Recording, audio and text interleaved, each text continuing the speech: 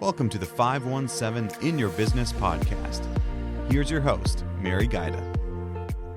Welcome back, everyone. We're back with our monthly conversation with Eric Hanna. He is an employee benefits consultant working with mid-sized companies at developing strategies around managing costs and optimizing the experience for employees. Glad to have you back again, Eric. Thanks, Mary. I always look forward to our conversations. You know, I know you're a sports fan. You follow men's and women's basketball tournament. And Yes. How'd your brackets go if you filled one out?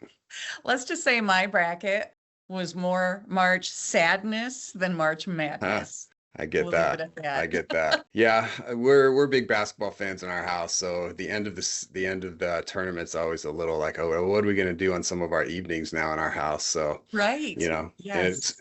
I don't know if it's good or as a fan, the focus switches from hype and in-season excitement to, off-season and transfer portal and all that kind of stuff. So, Right. we'll pretty quickly see how the Spartans and Wolverines will look next year. So I know you're a believer in the Lions Absolutely. each year, but are you optimistic on Spartans or Wolverines next year? I'm optimistic on both. We're a two-team household. Okay. So, but right now we're concentrating on golf. The golf course near my house is open, and Great. yeah, that's where we'll concentrate. Well, it's a big week for a golf house too. You got the Masters, Yes. right? Yes, Going on right absolutely. now. But Yeah. we're, like I said, we're big basketball, men's and women's basketball, Spartans in our house for sure. With the transfer portal and all this, you just never know what rosters look like. But I'll give you a name to look out for next year. Okay. There's a high school senior at Howell High School, Howell, Michigan. She's 6'6". Her name is Lily Williams. She Yes. just won Miss Basketball, and she's an MSU women's commit. So I've had a chance to watch her a few times through club basketball and things, and she could be a big game changer for the Spartans. So I'd say, remember that name. I think it's one we're going to hear about in the future. Yeah, I'll keep an eye out. And speaking of game changing, in today's episode, you're actually stepping into our world a little bit, which I find pretty fascinating. The topic is HR and marketing collaborating specifically around how benefits can aid in employee recruiting and retention. And I'll be honest, when you first said this, you pitched this idea to me, and I was thinking, wait, HR and marketing working together on benefits? But it's beginning to make some sense. Right. Well, I hope so. Hopefully by the end, it makes a little more sense. We've talked before that, great companies provide education throughout the year on benefits, right? So it's a communication internal, largely, like I said, education and like the how-to stuff. But great companies also, don't have distinct silos around other departments, right? And other expertise. So often in benefits, we use finance and HR as the classic example for optimizing collaboration across departments. And for some companies, this might be another collaboration opportunity that's sort of hiding in plain sight, HR engaging the marketing and communications teams. Right. So I need you to set the scene for me. Eric, what does a typical mid-sized company look like when it comes to communicating the benefits, especially in the context of recruiting? Yeah. So all too often, as a company has invested real money towards their benefits, sometimes millions of dollars, hours and hours into building a thoughtful benefits program, health coverage, a strong 401k, mental health services, flexible work, like real valuable, meaningful stuff. And then sometimes, they go to recruit, they open a job posting, and in the job posting, it says something like competitive benefits package. Like that's it, 3 words. And that's the entire storytelling about something that spent maybe months designing and, significant money investing towards the health and well-being of their employees. Yeah, it is. It's painful.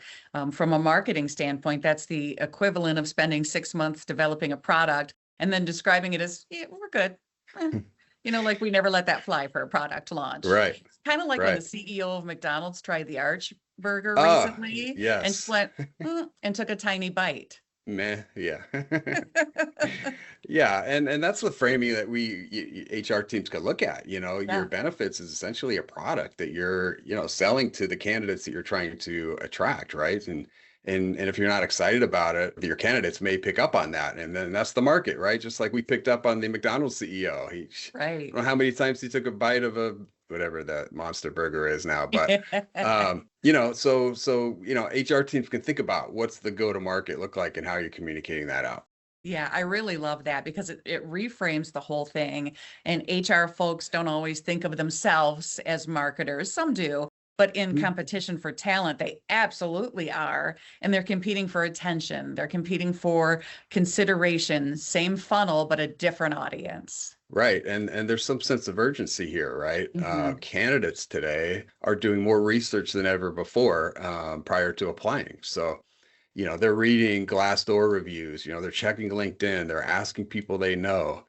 So if your benefit story isn't being told somewhere they can find it, the story might be getting told by default, which Right. may not be in the company's favor. So it kind of reminds me of a saying around company culture: you define it or it defines you. Like, it's there. It's just depending on how you want to frame it. Absolutely. And you mentioned job posting specifically, so I'd love to dig into that. What does a benefits aware job posting actually look like? So I'll come at this from two perspectives. And I don't know that one is necessarily universally right. And I think for every company, they just need to be thoughtful about how they're approaching the communication of their benefits within that recruiting, process. But the first is a pretty simple bulleted approach. You list your benefits out clearly, concisely, what they are, and maybe some level of description. And the logic is the candidates are scanning particularly early in the hiring process, and maybe clarity beats cleverness. And so companies can kind of, make sure it's there and clear, get out of the way, especially since, again, this may be the first engagement that potential candidate is looking at that company. Right. And from a marketing standpoint, that's actually a really solid content strategy. You give people, what they're looking for without making them work for it because they may just be scanning. So it reduces that friction. Yeah, 100%. And so that leads really to escalating it to the second approach, which personally I think is a little more powerful for companies with a genuinely strong program, and that's to weave it into the narrative of the posting itself. So much more descriptive and action oriented. So instead of opening with the job requirements and then slapping the benefits list at the end, you can open with something like, we believe that people who build great companies deserve to be taken care of. Here's what that looks like in practice at our company. And then the job description itself is surrounded by that context. Yeah, I love that. It's an employer branding move. You're not just listening, you're telling a story about who you are as an employer, and that's a completely different signal to a candidate. Yeah, and that signal matters as much as the content itself. The candidate's reading a rich, thoughtfully written posting is inferring something about how this company operates and whether they think carefully about their people or whether a posting is a checkbox function. The benefits communication can sometimes be a proxy for culture and values. Yes. Okay, so let's get practical. If an HR team wanted to self-evaluate their own job postings today, no big initiative, no budget, what would that self-audit look like? Yeah, there's really kind of low cost, pretty straightforward way to approach this. Pull the last 5 job postings and maybe ask 3 questions. One, does this posting actually describe the benefits, or does it just say competitive benefits package? Mhm. So that's the starting point, right? And then it becomes that, how do we best communicate it within our value and context? So the second might be, would a candidate reading this understand why the benefits are differentiated versus going to another similar company? And third, is there any emotional hook here? Any reason to feel something? Yes. Because compensation is mostly logical, but benefits can be emotional. If a company says we cover 100% of your family's premiums, that'll hit a lot different than health benefits available. So that third one, the emotional hook, that is pure copywriting. That's what we do for product pages. The best product pages don't just list the features, they help you imagine your life, being better because of that product. And like you said, that 100% of your family's premium. I mean, I almost get goosebumps. It's so simple to think about. It's removing all the anxiety. It's Mm. making someone feel secure. If they were to share that listing with another listing to their spouse, the spouse would go, "Oh my gosh, those benefits are amazing." So I That's love that. Right, that's exactly it. And that's where I think marketing and HR have the most to learn from each other, right? HR Hmm. teams, are really good at building the program, and they've negotiated great plans and they've done the research and, they've educated themselves on some of these products that can be kind of complicated and they have a pretty good pulse on what the employees actually value. But they may be so close to the action, it may be beneficial for another set of eyes, particularly skilled at messaging and communication, to look at it in ways that, convert, to use kind of marketing and sales language, right? Yeah, absolutely. So let's talk about that language more specifically, because I think there's something really interesting happening here with how those benefits get described. What language problems do you see most often? The biggest one is insider technical language. Benefits professionals, I'm raising my hand right here, myself included. Healthcare, health insurance benefits, we love acronyms and technical terms. So that they may mean absolutely nothing to let's say a 27-year-old deciding where to work, right? HDHP, HRA, EAP, FSA. These are real things that actually may be valuable, but describing them in alphabet soup or jargon, you run the risk of losing the audience before they've understood what's there. Yeah, the jargon problem is everywhere in B2B too. And we spend so much time inside our own world. I think we forget how to talk to people who aren't in that world. So, in your mind, Eric, what's the fix? Translate that alphabet soup into real outcomes. Not we offer an HDHP with an employer funded HRA.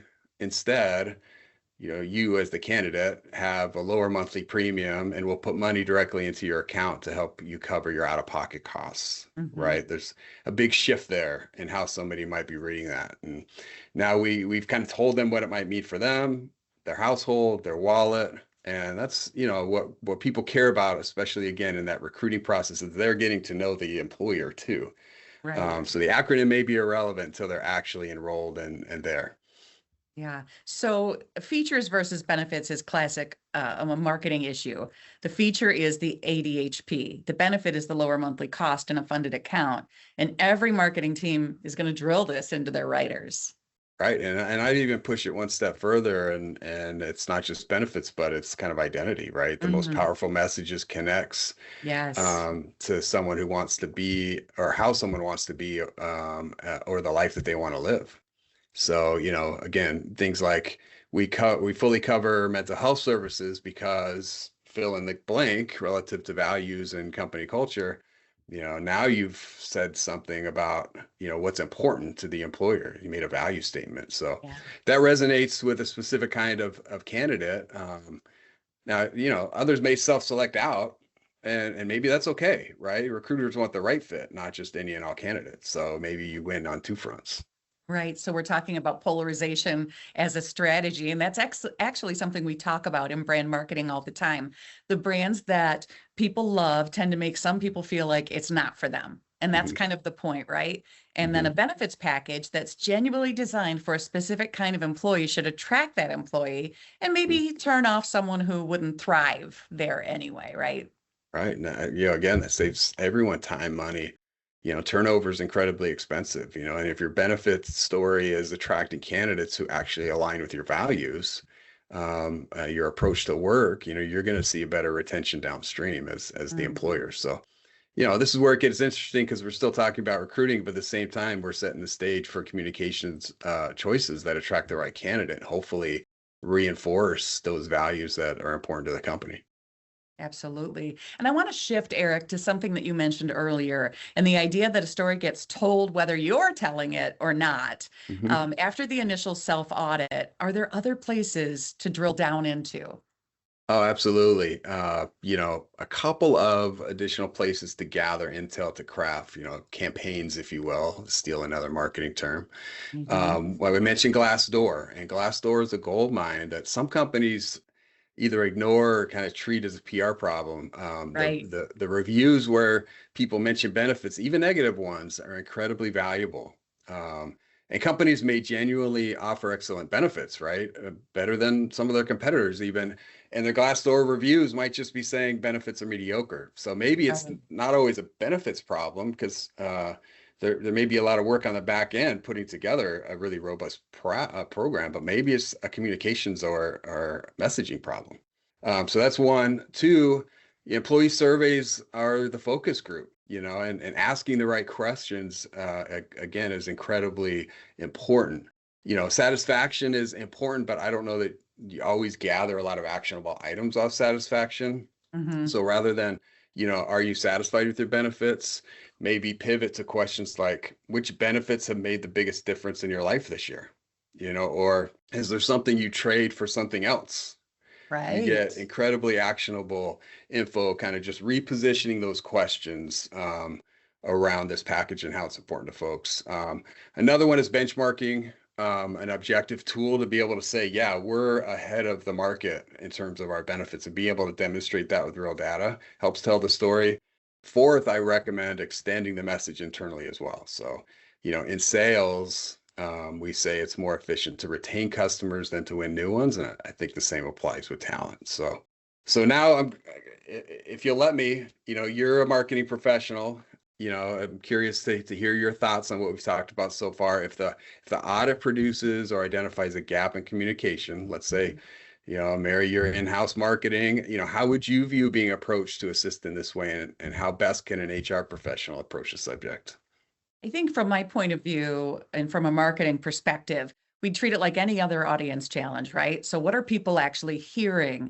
What do they really care about? And how do we tell a story in a way that resonates? So, the best way for HR to approach it is to come in with some insights like that survey data or the Glassdoor feedback that you mentioned and say, here's what we're hearing, but here is the reality. And so that gives marketing something to work with strategically instead Mm-hmm. of just asking for a flyer or for an email blast. That's where the real collaboration happens. And so when we're solving the problem together, we're not just, sort of executing tactics. I love that. I love that strategy, right?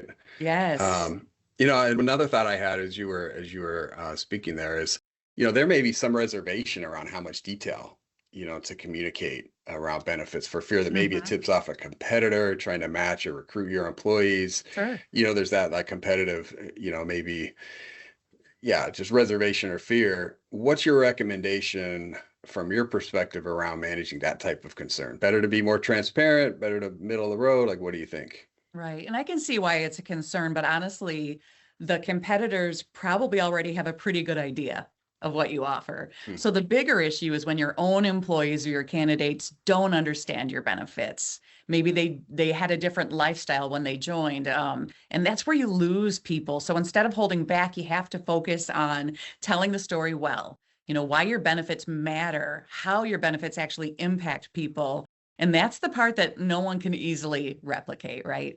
Mm-hmm. Mm-hmm. Oh, yeah, that's great. That's great. So, based on what we're talking about, somebody knocks on your door, the HR professional knocks on your door and asks for assistance for this. Do you think this presents as a heavy lift for marketing professionals to internally consult? I really don't. I think it's sort of like creating a brand strategy. Most of the work is on the front end in establishing the tone and the guidance, planning, scheduling, and then teaching the end user, the HR, how to use it. Awesome. Great stuff. I think we can walk up on that. I appreciate you sharing your expertise. Always a pleasure chatting, and thanks for being open to the conversation. Me flipping the script here a little bit. So Yeah. appreciate I you. I always have so much fun with you, Eric, and I'm looking forward to the next conversation. And for our listeners who want to get in touch with you, can we remind them how to do that? Yeah, I'm pretty active on LinkedIn. Connect with me, message me if you have questions or you're looking for specific resources. I've got a big toolkit of things that I can provide with no real expectation. Happy to help anybody. All right, perfect. So we'll see you over on LinkedIn, and we'll talk to you very soon on another podcast. Thanks for listening to the 517 In Your Business podcast. Get to know local businesses better by reading 517 Business Magazine. Get your subscription at 517mag.com/subscribe.